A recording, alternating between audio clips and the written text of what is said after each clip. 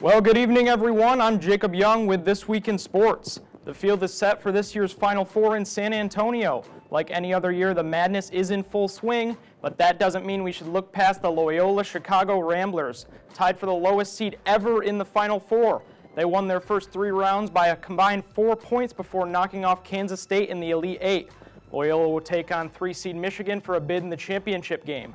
And on the other side of the bracket, it's a battle of 1 seeds, Villanova against Kansas. Nova has breezed through their region, but Kansas needed overtime to get by Duke in the last round. Malik Newman scored a career-high 32, and he'll have to have another big game to get by the favored Wildcats. The winners will meet early next week to crown a national champion.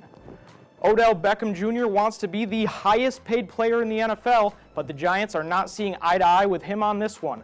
OBJ's off-field drama questions his maturity to get a major contract. A video leaked showing him and a woman laying on a bed with lines of a white substance. This does not help his case. But if New York wants to see him on the field at the start of the 2018 season, a deal may need to get done. Beckham missed OTAs last season and could do the same this year. Owner John Mara recently said no player is untouchable in a trade, raising questions on Beckham's future with Big Blue. After Stephen Curry was diagnosed with an MCL sprain, Steve Kerr said there is no way he'll be playing for the first round of the NBA playoffs. The 2-time MVP is hoping to prove his coach wrong and return before expected.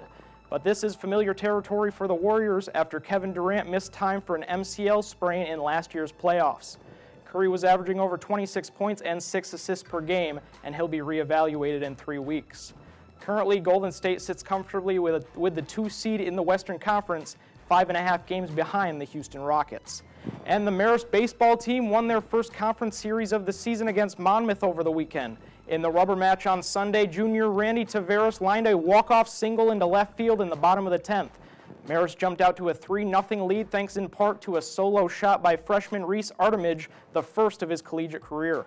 But Monmouth rallied in the 9th to send it into extras before Taveras ended it. Sophomore Connor McNamara pitched over 6 scoreless innings for Marist. That wraps it up for sports this week. Let's send it back over to the news desk.